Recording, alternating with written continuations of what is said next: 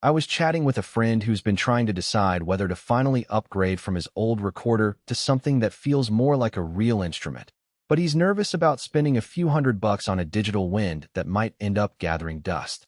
He's got a decent ear, plays a bit of sax in his band, and wants the flexibility to switch between sax, clarinet, and maybe even a flute without buying 3 separate instruments. Link is in the description if you want to check the product details on Amazon. The hesitation is real. Digital wind instruments have come a long way, but they can still feel gimmicky, have laggy response, or force you into a narrow sound palette that doesn't translate to what you hear in a rehearsal room. When I started looking at the Roland AE20 Aerophone, the first thing I noticed was how it positions itself in the crowded digital wind market. Roland's reputation for keyboards and electronic drums gives the AE20 a pedigree that's hard to ignore, and the supernatural label promises acoustic tones that react to your breath the way a real sax or clarinet would. In practice, that means the breath sensor and bite sensor are calibrated to pick up subtle changes in air pressure and embouchure, which is the kind of nuance that separates a practice tool from an actual performance instrument.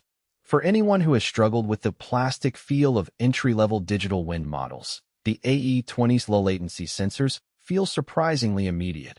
You can start a phrase and hear it respond almost as if the sound were traveling through a real tube.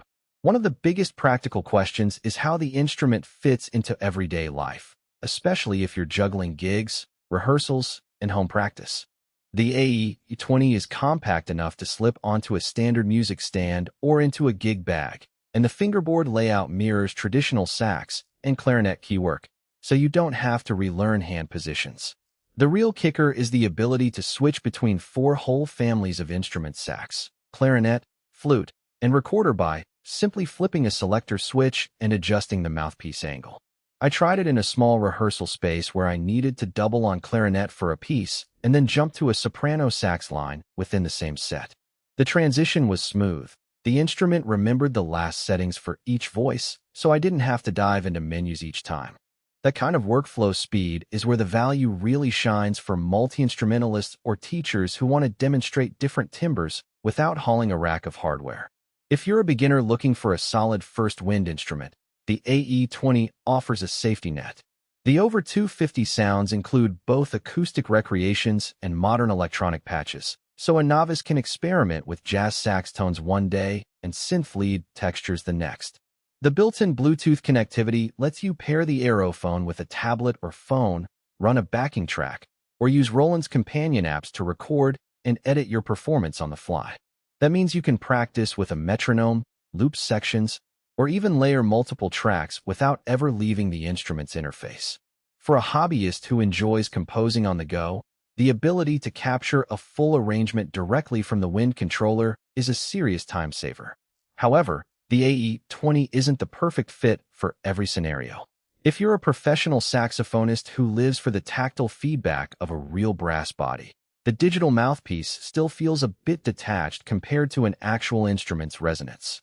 The sensor system, while responsive, can be overly sensitive for players with a very light breath technique, leading to unintended dynamics unless you fine-tune the sensitivity in the settings menu step that can be confusing if you're not tech-savvy. Also, the sound library, though extensive, leans heavily on sampled acoustic tones. It doesn't offer the deep synthesis capabilities that some electronic wind players crave for experimental music.